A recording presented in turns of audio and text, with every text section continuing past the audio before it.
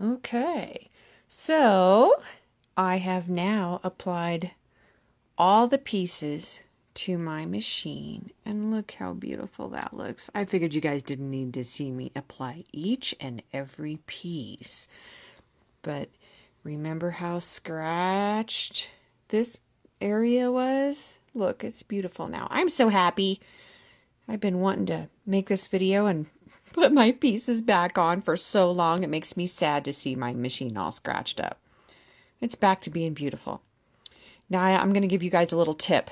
It can be a little bit difficult to put these two pieces on because you have to slide them under the embroidery arm.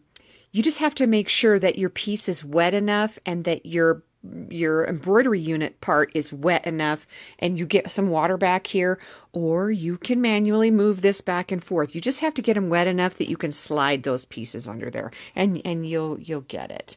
But that's the only difficult part about putting it on there. And you just want to make sure that as you're putting it on, you know, that you're mopping with your wet paper towel and absorbing every little bit of water that comes out. It won't be a lot, but you just don't want it dripping down anywhere. So you guys will get it, but look how beautiful. Now, something else I do want to say is, if by chance you want a little piece to put in there, I include a large enough test piece that you could cut a little piece if you want to put it in there. The reason I didn't make this embroidery unit side with that on there is because I just felt that with that little teeny little piece on there and then that piece, this piece is hard enough to stick on there by itself without adding that little tiny piece in there.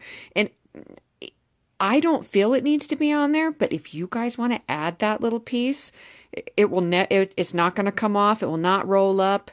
If you want to put it on there, hey, knock yourself out. I give you a little test piece that you can cut a little piece off of.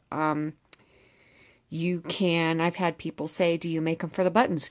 You could use your test piece and cut nice little circles and put it on your buttons. Don't get water in your buttons. On my Quattro, I wore the scissors off because I kept touching it with my fingernails. But there's a lot you can do with it. It's pretty good stuff, and it's amazing. I love it. I think it's pretty cool, and I'm just so happy right now because my baby's back to being shiny. And yes, see, little tiny air bubbles. Those will be there for a couple weeks, and they'll get smaller and smaller and smaller, and they'll eventually disappear. So there you go.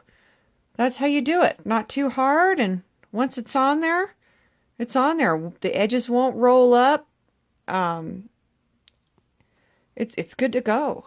But if you do need to take it off, there is a video on how to remove it. You need to check that out if you want to remove your bed shield. I don't see why you would want to, though. Anyway, good luck. Ask if you have any questions. I'm always here to help out. So if you need help, ask. Thanks.